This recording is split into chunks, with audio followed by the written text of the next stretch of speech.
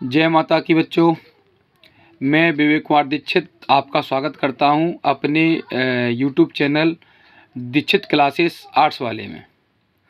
जैसा कि आप सबको पता है कि मैं 11th-12th क्लास आर्ट्स के चलाता हूं और आपको यूट्यूब के माध्यम से आर्ट्स के कुछ वैकल्पिक प्रश्न लगातार मैं आपको सेंड कर रहा हूं। उसी क्रम में आज मैं कक्षा 11 अर्धवार्षिक परीक्षा 24-25 सत्र का जो राजनीतिक पेपर है उसकी वैकल्पिक प्रश्न आज मैं आपके सामने सॉल्व करके सेंड कर रहा हूं। आप इन्हें पढ़ें और अपने पेपर को बेहतर बनाएं। स्टार्ट करते हैं। तो सबसे पहले यहाँ पर जो वैकल्पिक क्वेश्चन है, सही विकल्प चुनना है हमें। तो पहला क्वेश्चन है, संसदीय शासन प्रणाली किस देश के संविधान से ली गई है? तो जो भारतीय संसदीय शासन प्रणाली जो है वो ब्रिटेन से ली गई है। अगला क्वेश्चन है, भारत के प्रथम निर्वाचन आयुक्त कौन थे? तो प्रथम निर्वाचन आयुक्त जो थे वो सुकुमार सेन थे, इसलिए ऑप्शन बी इसका आंसर हो जाएगा। राष्ट्रपति राज्यसभा में कितने सदस्यों को मनोनीत करता है? तो राष्ट्रपति के पास जो पावर होता है वो उसके द्वारा राज्यसभा में 12 सदस्यों को मनोनीत कर सकता है, इसलिए ऑप्शन नंबर बी इसका भी होगा। अगला क्वेश्चन नंबर 4, मानव अधिकार दिवस किस या कब मनाया जाता है? तो मानव अधिकार दिवस जो है वो 10 दिसंबर को मनाया जाता है। अगला क्वेश्चन नंबर 5, न्यायपालिका की स्वतंत्रता का अर्थ क्या है? तो इसका जो ऑप्शन होगा वो ऑप्शन नंबर डी होगा, सरकार के अन्य अंग न्यायपालिका के निर्णय में हस्तक्षेप ना करें। क्वेश्चन नंबर 6, जम्मू कश्मीर को किस अनुच्छेद के तहत स्वायत्तता दी गई थी? तो जम्मू कश्मीर को जो स्वायत्तता मिली हुई थी वो अनुच्छेद नंबर 370 के द्वारा, इसलिए आंसर नंबर ए इसका सही होगा। इसी क्रम में वैकल्पिक प्रश्न के बाद रिक्त स्थानों की पूर्ति है। तो यहाँ पर है, भारत में स्वतंत्र एवं निष्पक्ष चुनाव कराने का उत्तरदायित्व डॉट का है। तो यहाँ पर जो है वो निर्वाचन आयोग का है। क्वेश्चन नंबर बी, भारतीय संसद में डैश कितने सदन हैं? तो भारतीय संसद में 2 सदन होते हैं, एक राज्यसभा और एक लोकसभा, तो इसलिए आंसर होगा 2। अभी हाल ही में अगस्त 2019 में जम्मू कश्मीर तथा डैश को नया केंद्र शासित प्रदेश बनाया गया। तो जम्मू कश्मीर जो राज्य था उसे केंद्र शासित राज्य बना दिया गया और इसी के साथ एक नया केंद्र शासित राज्य बनाया गया, इसका नाम था लद्दाख, इसलिए आंसर होगा इसका लद्दाख। क्वेश्चन नंबर डी, स्वतंत्रता डैश का अभाव है? तो सभी प्रकार के बंधनों का अभाव स्वतंत्रता कहलाता है। क्वेश्चन नंबर ई, डैश समानता लोकतंत्र का आधार है? तो राजनीतिक समानता जो है वो लोकतंत्र का आधार है।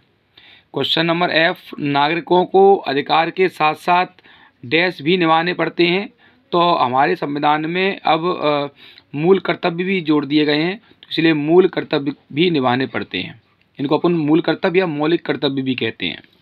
इसी के आगे क्वेश्चन नंबर 3 जो सत्य असत्य है इसमें से, तो पहला क्वेश्चन है, भारत में महिलाओं को वोट देने का अधिकार नहीं है?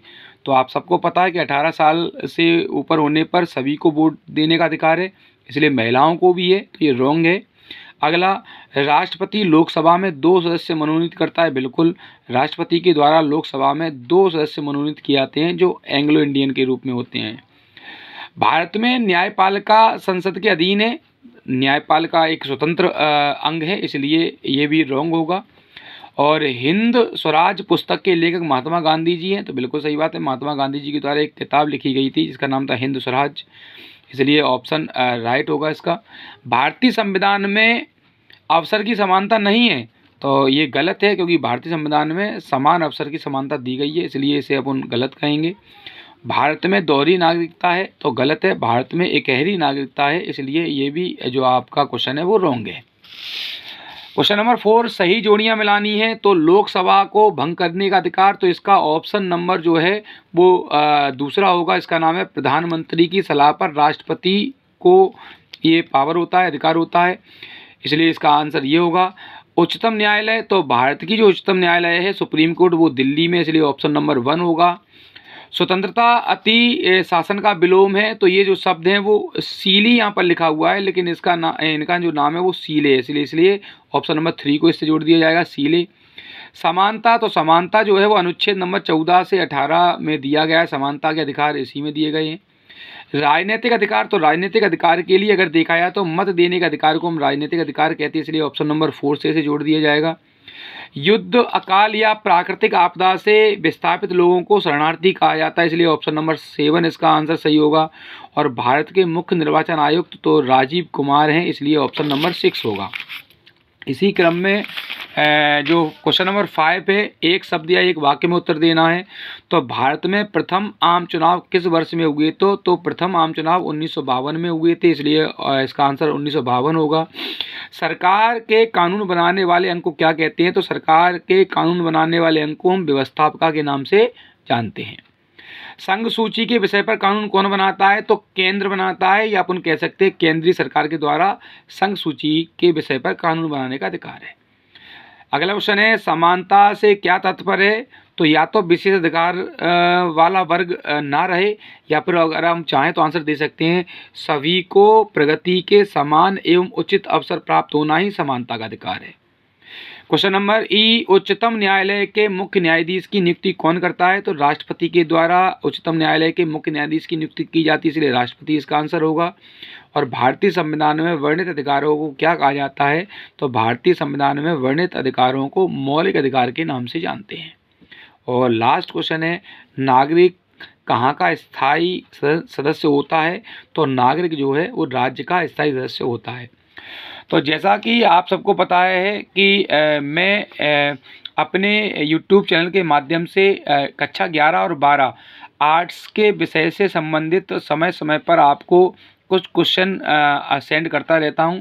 तो इसलिए आपसे एक निवेदन है कि जब आप हमारे जो चैनल में आए हैं, जिन्होंने हमारे चैनल को सब्सक्राइब नहीं किया है, वो सबसे पहले मेरे चैनल को सब्सक्राइब करें और बेल आइकन को अवश्य दबाएं, जिससे जो भी नया वीडियो मैं अपलोड करूं वो शीघ्र आपके पास पहुंचे और आप उसे देखें और अपने वार्षिक पेपर की तैयारी कर सकें।